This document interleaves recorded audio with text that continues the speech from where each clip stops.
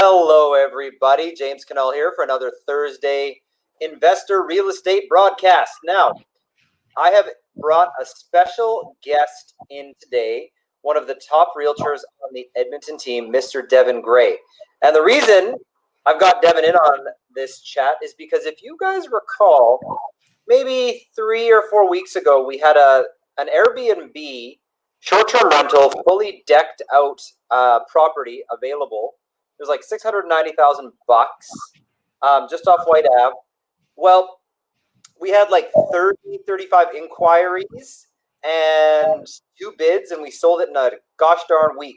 And so what I ended up doing is I said, hey, Mogul team, it seems like people nowadays are interested in short-term rental Airbnb investment properties. They like the numbers. They like the idea. Can y'all just put some feelers out into your network and see if you have any clients that have anything like that they might consider selling under the right circumstances? And lo and behold, Devin said, hey, feelers were put out. Response came in. I've actually got a friend and a colleague with a fully decked out Airbnb short-term rental right off Jasper in the hot spot of downtown. That's why we've got the map as the background here of Oliver. And we thought, you know what? This is a good opportunity to do a double whammy. Number one, just learn a little bit more about short-term rentals and how to analyze them as an investment deal. And number two, tell you about one we've got available, because this fella is not only willing to sell his Airbnb and hand over all the furniture and hand over the whole setup rental thingamajig, but he's also willing to do the coveted and unicorn vendor financing for 10% of the deal price, which is kind of nifty too. So with that, Devin, why don't you introduce yourself just to make sure everybody knows who you are, even though your reputation top agent precedes you, and let's get into this deal. Yeah, thanks very much, James. It's great to be on this live event this afternoon. And as James said, we're really excited to have found this. We've been jokingly calling it short-term rental in a box or a short-term rental starter kit. Certainly, I had a conversation with a lot of people that wanted to get going in short-term rentals, loved that off-white property, but the price tag was just too much.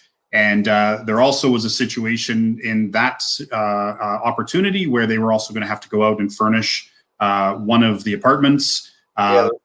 Is all taken care of. And so we're really excited by that. And funny enough, the person that sold, if I recall correctly, James, from some of the old masterminds, he kind of fell into short-term rentals. He couldn't get his buildings rented out long-term, so he tried short-term rentals. Well, the same thing happened with this gentleman here, this friend of ours. And back in 2017, he decided to do the same thing, and it's actually worked out pretty well for him to be doing short-term rentals. And so you know, what is the opportunity? It's first and foremost, and this is why we've got the downtown map in the background. It is downtown.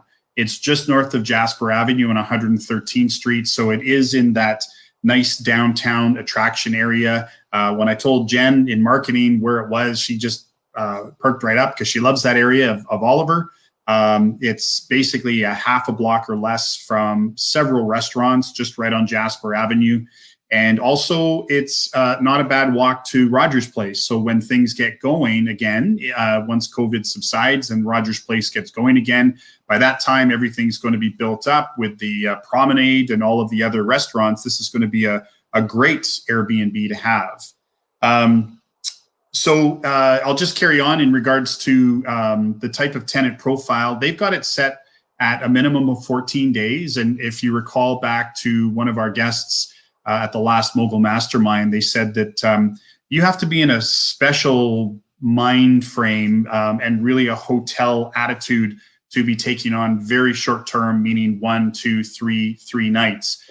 And that's something that this gentleman, the owner of this building, or this condo, also realized. So they've got it currently set for a minimum of 14 nights, and it's never been a problem. Right now, it's generating about $1,250 a month from somebody who's basically been in there for the past 4 months. It's not to say that they're going to be in there all the time, but this is somebody that's from out of town and they've come in here, and the contract with their company continues to be extended, so this person continues to stay. So the numbers that we've got here are based on that. The seller is motivated, and that's why he is prepared to offer a $10,000 vendor take back. So another great experience for investors. Everybody wants to experience these types of things. And so there's an opportunity there to do a vendor take back. And James, as you said as well, and this is why we are talking about it being short-term rental in a box or a nice short-term rental starter kit, is that it's completely furnished.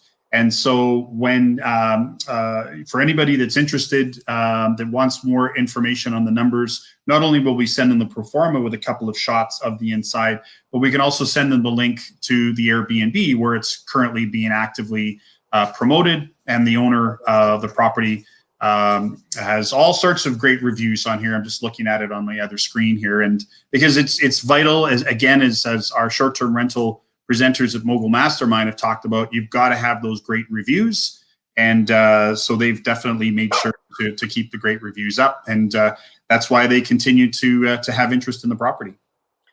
Well, Devin, why don't we take a quick peek at it? Because, excuse me, one of the things that I've learned from talking to many of the short-term rental experts is that the place has got to be unique and interesting to grab people's attention. So it's almost like one of the terms that I hear over and over again is Instagrammable, which is kind of a funny little word, but it's like, you know, it looks cool. You can take a picture in it. There's something unique. There's some sizzle.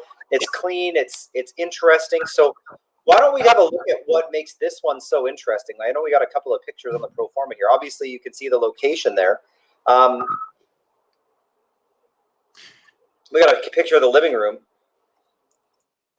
Yeah. So first off, again, the unique thing here is the location. When I went and saw the property for the first time a couple of months ago, I was instantly impressed with the location. And you know, when you talk about and certainly over the course of my career, I've talked to lots of tenants that you know, say like, why did you choose to live here? And the people that are staying in the good areas, they talk about the area first. They don't really necessarily talk about, oh, well, it's got this or that in the property. They instantly go to the area, and that really is the part that's very unique here. It's not necessarily in the craziness of downtown and where you could be a little bit, you know, you don't really know what you're going to get in certain areas of downtown. This one here is a little bit offset of that. It's super close to get access to parks. And trendy shops along with the restaurants, and also access to the river valley. So that's a big part of the uniqueness. The second thing as well is just in regards to the owners have done an amazing job of really making sure that it is very homey and it's very comfortable and cozy. And so we only have a couple of shots here from that standpoint, but they really have done a good job in regards. Yeah. Well, Devin, if I can ask you a question, do you happen to know what the nightly cost is that they typically go after for this guy? I do. They are at $45 a night. So here's the thing. If you want to stay at one of the nice hotels in the area, like the Matrix Hotel downtown or the Sutton Suites or whatever, you're basically getting like a 250 square foot box with a bed in it and a bathroom in it and like a desk. And that's going to cost you like $100 to $150 a night. So the reason the Airbnb is so successful is because for $50 a night, you get your own separate bedroom, a living room that you can kick back and hang out in, a kitchen that you can relax in, a full-size bathroom instead of a hotel bathroom. Like you get so much more space for the same value, which is one of the reasons these things stay so full. And I mean, I know this one's running very successfully. What is the occupancy rate on this guy? Do you happen to know?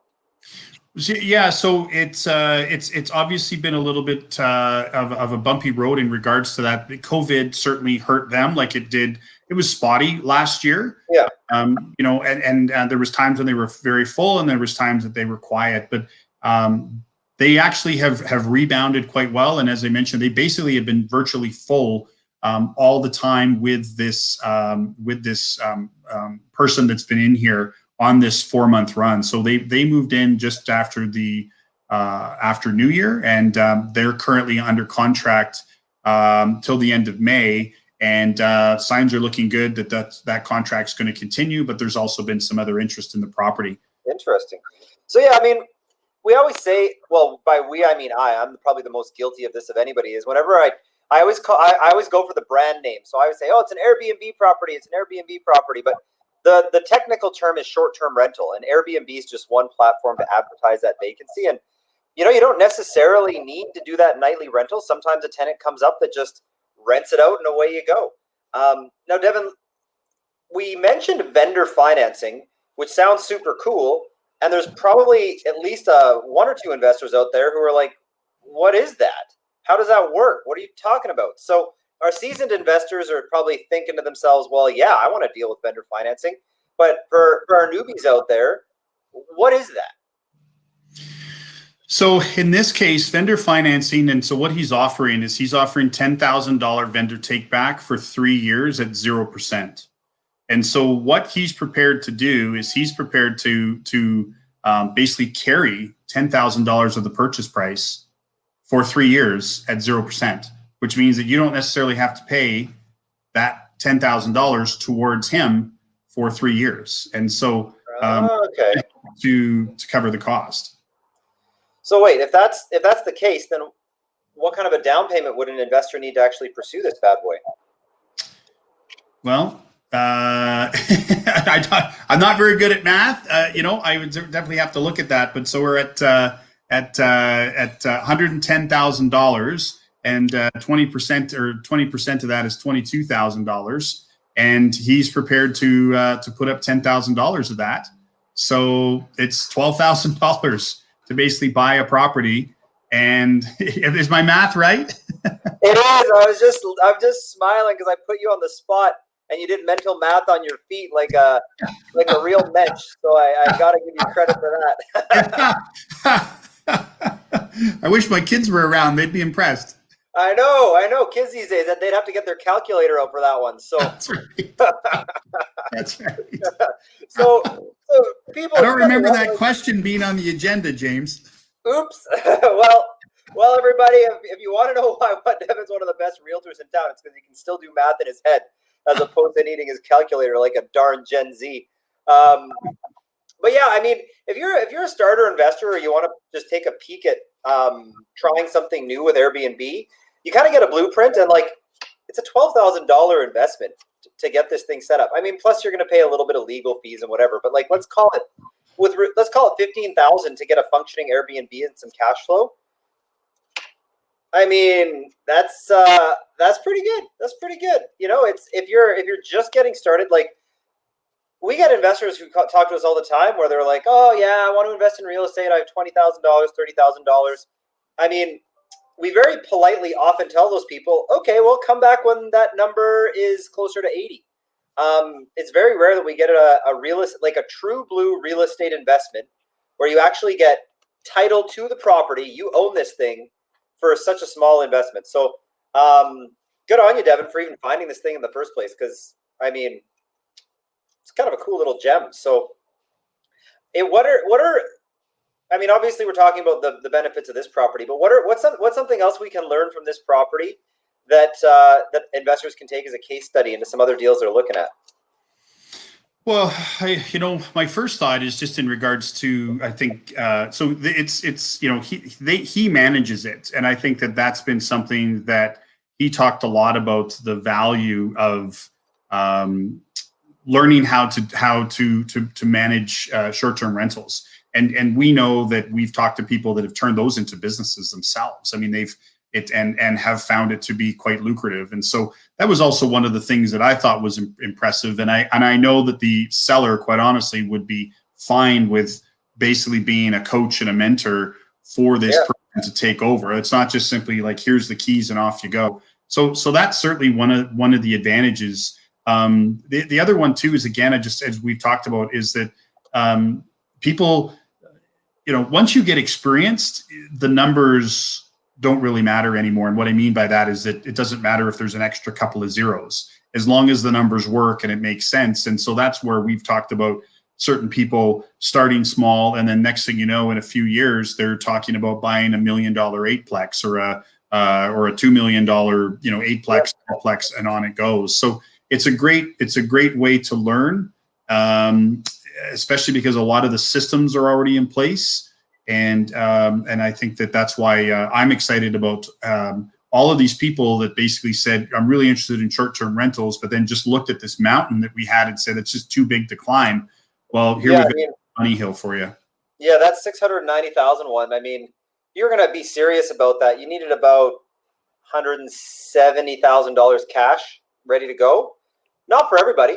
So, you know, if you're at the other end of the spectrum, you're right. Like this is a great way to dip your toe in. And, you know, I like the point you made about self-managing, because when you self-manage, you make more cash flow. And when you self-manage, you learn a heck of a lot more about what it takes to be a real estate investor. So, yeah. So you know, on that, and sorry, James, on that note, I mean, the people that I talked to were really impressed. I mean, coming back to that other one, the cash flow was incredible, 1,500.